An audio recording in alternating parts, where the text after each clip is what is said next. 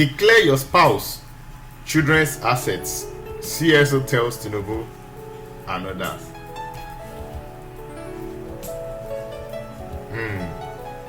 A civil society organization fixing the future has demanded that the President-elect Bola Tinubu, Vice President-elect Kashim Shettima, incoming governors and other public officials should declare their assets ahead of their inauguration on May 29.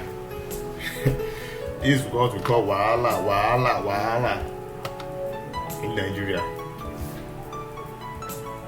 Now, the question is it mandatory for political holders to declare their assets to the public?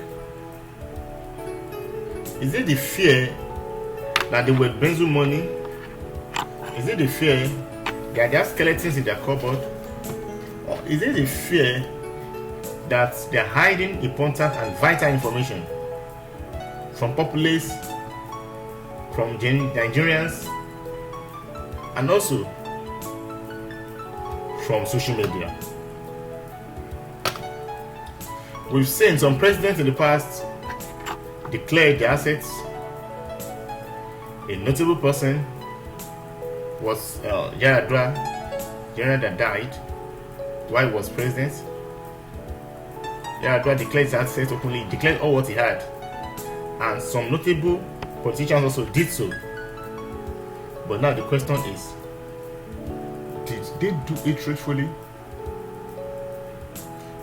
Did they hide some vital information? Did they declare all? And the body that told them to declare it have then been bribed? Well, I'm not saying anything has happened, but we're in Nigeria and we know that anything is possible and anything can happen. The group noted that spouses and unmarried children under the age of 21 of the public officials are also mandated by the Code of Conduct Bureau Act to declare their assets.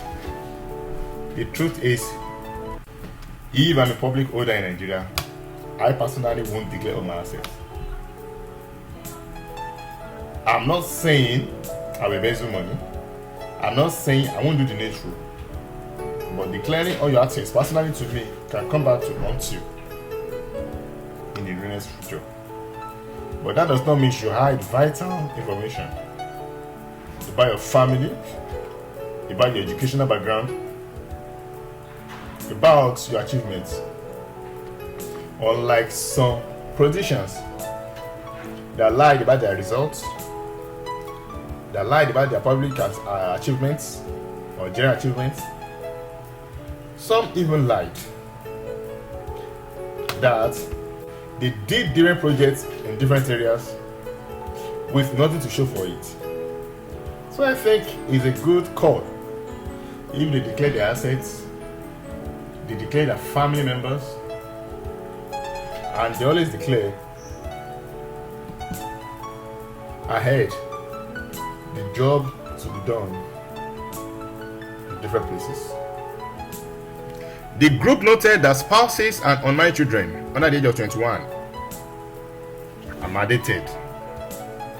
The FTF said the Assets Declaration Compliance Survey it conducted revealed that about 94% of public officials in Nigeria do not comply. I talk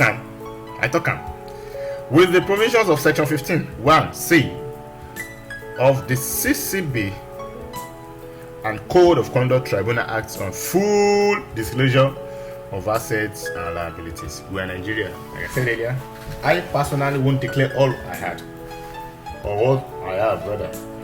I won't, because everything we put on social media and can be used. I can be asked different questions on how public funds are being spent, even though the projects that I promised are being delivered. People will still ask.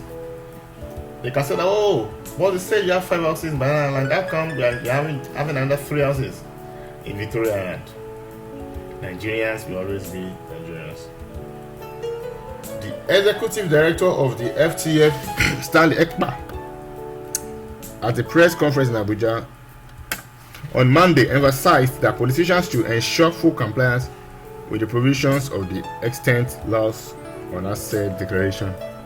Well, maybe if they don't comply fully, I think another step should be taken against that. If they are found out to be guilty, well, it's up to them.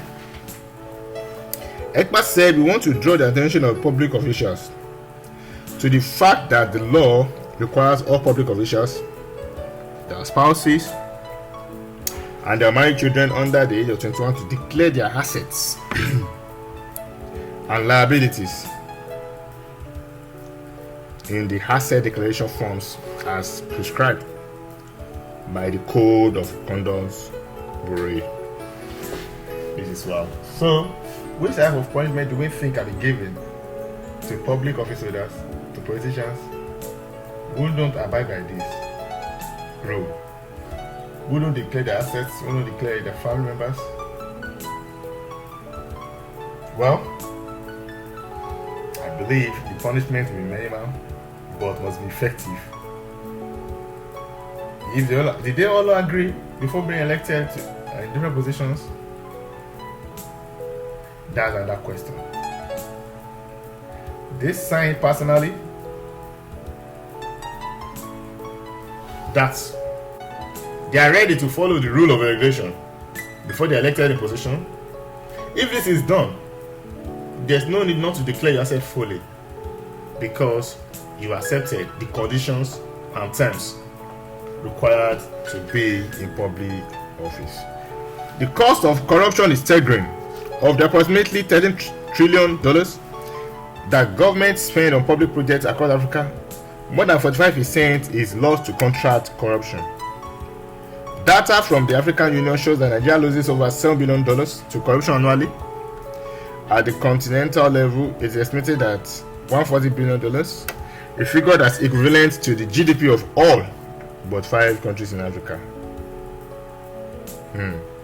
PwC projects that corruption in Nigeria could cost up to 37% of GDP by 2023 if it is not curtailed. As we all know, corruption drains public finances, affects efficiency in governance, and lowers standard of living.